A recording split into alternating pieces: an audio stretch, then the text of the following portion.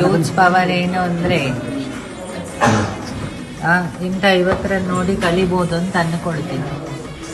ಎಲ್ಲರೂ ವಯಸ್ಸಾದ ತಂದೆ ತಾಯಿ ಬೇಡ ಅಂತ ಹೇಳಿ ಮನೆಯಲ್ಲಿ ಕಸ ಅಂತ ಹೊರಗೆ ಹಾಕ್ತಾರೆ. ಈಗಿನ ಹುಡುಗರು ಅಂಥ ವಯಸ್ಸಾದವರನ್ನು ತಂದು ತನ್ನ ತಂದೆ ತಾಯಿ ಥರ ನೋಡ್ಕೊಳ್ತಾನೆ.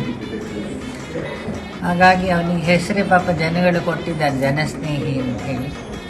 ನಾಡ್ದು ಅವನು ಆಶ್ರಮದ ಜಾತ್ರೆ ಶನೀಶ್ವರನ್ನು ಮಾಡ್ತಾ ಇದ್ದಾನೆ 26ಕ್ಕೆ.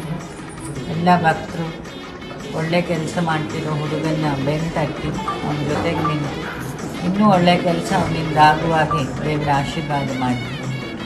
ಮನಸ್ಸು ಮಗುವಿನ ಆಗಿದೆ ಅವನಿಗೆ.